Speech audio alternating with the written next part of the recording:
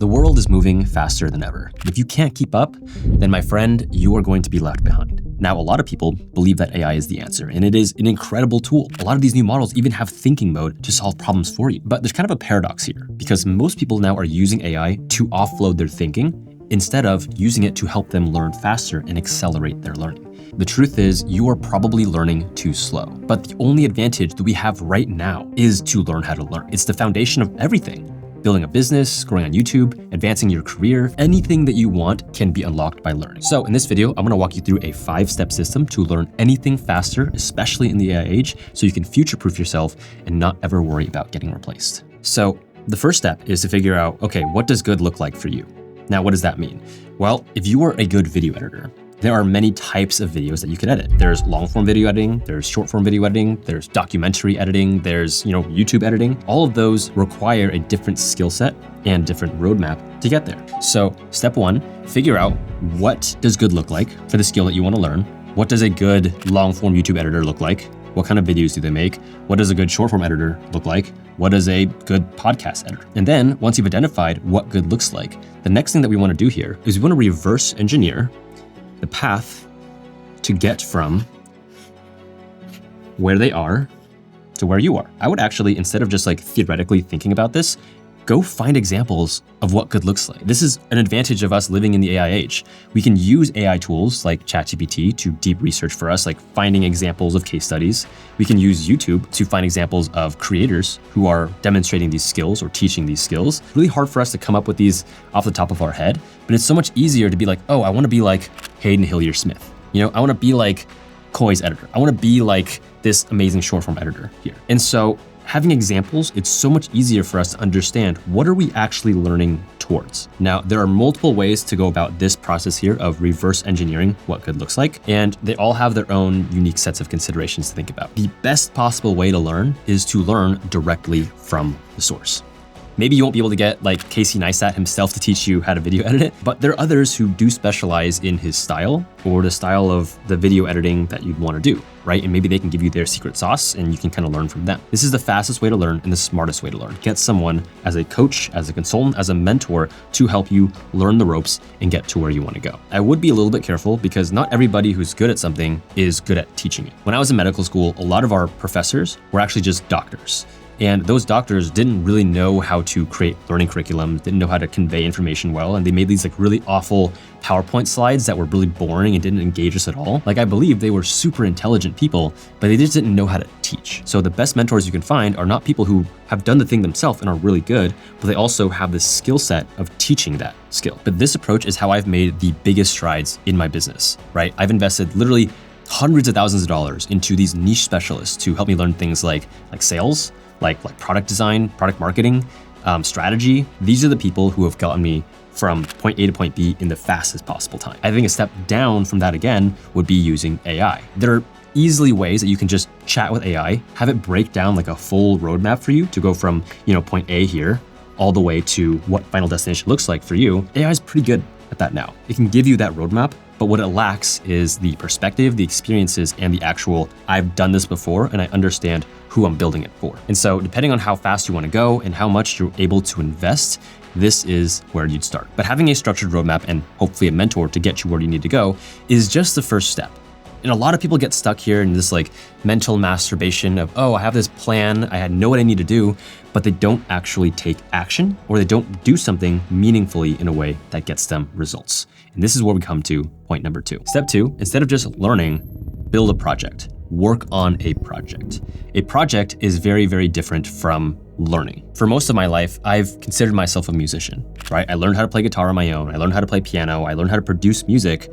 But for many, many years, I just had half-written songs gathering dust inside of my hard drive. If you've ever started something and couldn't finish it, you probably understand what I mean here. I probably have 40 to 50 just half finished or these ideas of songs, but they never actually amounted to anything. But then in 2019, we started a YouTube channel and we had this plan that we were gonna post consistent videos.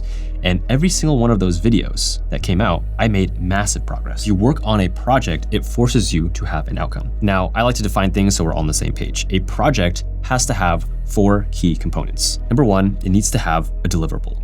what is the outcome? What is the result? What is the tangible thing that you are going to have by the end of this project? This is easy to understand for like creative skills. So for example, if you are learning how to play the guitar, the deliverable is, all right, now I can play this song. Number two, a project also must have a deadline, right? There has to be some time frame that creates urgency for us to actually make the deliverable happen.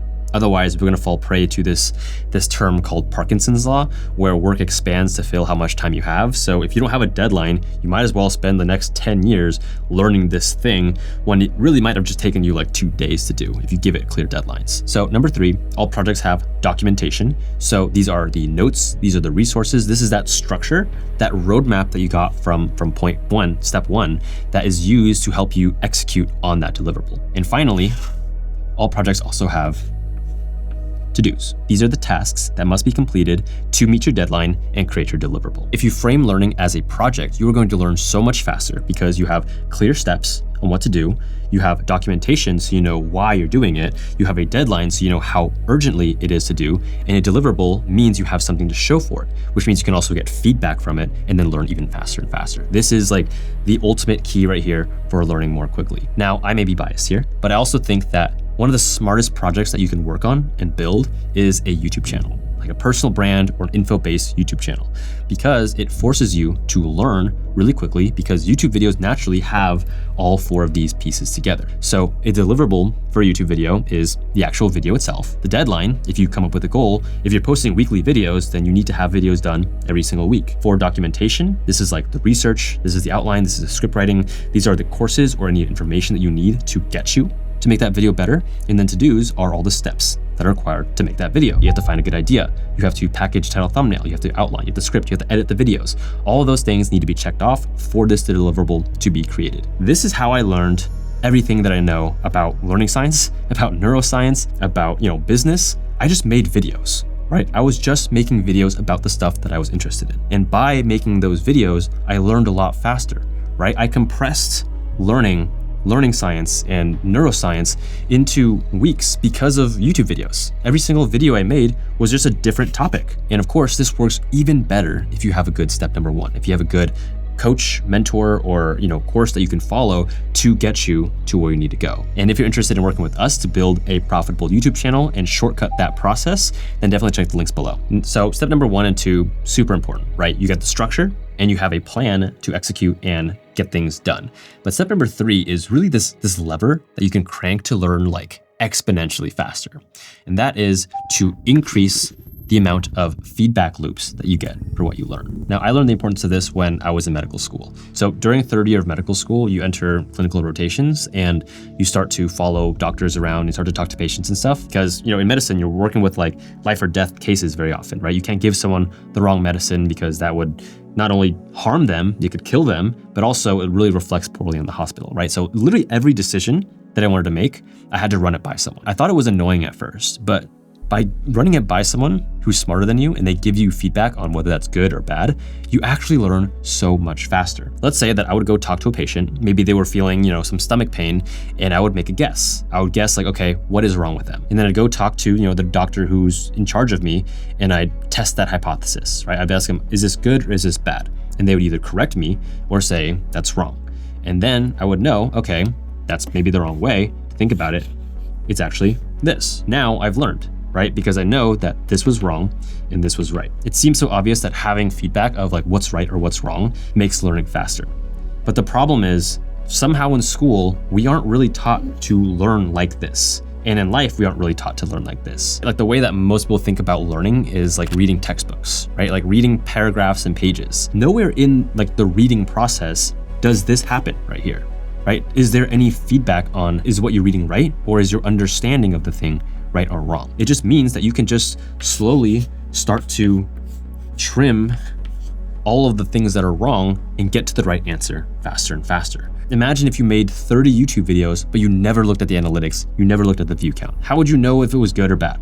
You wouldn't. And the simplest thing that's going to like skyrocket your learning efficiency is to just incorporate more feedback loops. Like I said, in the AI age now, this is so much easier to get than ever before. AI is an incredible tool to give us feedback. The funny thing is that most people just use it like a glorified search engine when you really have such a deep like therapeutic tool at your disposal to learn faster. So steps 1, 2, and 3, those are really the foundations for learning. And if you have all 3 of those components, I already guarantee you're gonna learn so much faster than you ever did before. But now we're gonna get into some of the more advanced stuff so we can really accelerate and blow up competition. And to understand why number 4 is important, we need to revisit a little bit about how the brain actually learns. So our brains are actually wired to remember things in a very particular way. If something doesn't seem useful, then our brain is going to forget it almost immediately, right? Like how many license plates do you see every single day? How many numbers and phone numbers and receipts and all those things do you see once and you're like, oh, that's not important, I'm just gonna throw it away. Our brains have evolved to prioritize information that seems relevant to our survival and to our immediate goals, right? This is a framework from science called the adaptive memory framework. And so if we know that about learning, it informs us on how much we should spend time learning and how much we should actually spend time doing. Let's say that you're learning Adobe Premiere Pro. Now, Premiere Pro is an incredibly powerful tool, but it has like a bajillion features. If you are a beginning video editor, then trying to learn like the advanced animations or transitional stuff in Premiere Pro, it's probably not gonna matter to you yet, right? It's not relevant yet. And so you're gonna try to learn it and you're gonna forget it. And this is like wasted time and effort learning something that you're not ready for. And so a much better way to approach this learning is using something called the just-in-time model. Only add on new things to your learning just in time, right when it's relevant. Otherwise, just wait till it becomes relevant. And this is also where like AI nowadays is immensely useful. For example, I'll talk about software since that's a lot of what I do. I spend a lot of my time learning apps and software. You can go into Gemini and have Gemini like watch your screen and give you real-time feedback and teach you things just in time. But the whole point of step 4 here is to close the loop between knowing and doing as fast as possible. And the final piece that ties us all together, step number 5, to learning skills really fast is to understand how to space out what you're learning in a way that actually gets you the most return for what you're learning. Now, a lot of people think that you do need to invest a lot of time. And yes, you do need to spend a lot of time to learn, but it's the way that you invest those hours that is going to give you outsized returns on your learning. So let me explain right here. And this is gonna be a really simple analogy. And so let's put 2 people here. And let's say that both of these 2 people are going to spend 10 hours learning a skill. Person number 1 spends 10 hours all in one day, right? They drink a cup of coffee, they watch this YouTube video about how I'm able to focus for 10 hours with no breaks, and they spend all that time learning Premiere Pro. 10-hour sprint in Premiere Pro. Now this person here also spends 10 hours, but they spend 1 hour every single day over 10 days. Now, although they spend like total same amount of time learning Premiere Pro, this person over here is going to have a huge advantage. And all has to do with how our brain forms memories. So there's a biological process called memory consolidation, where we take all the things that we've learned in one day and we really move it into our long-term memory so that we can use it again.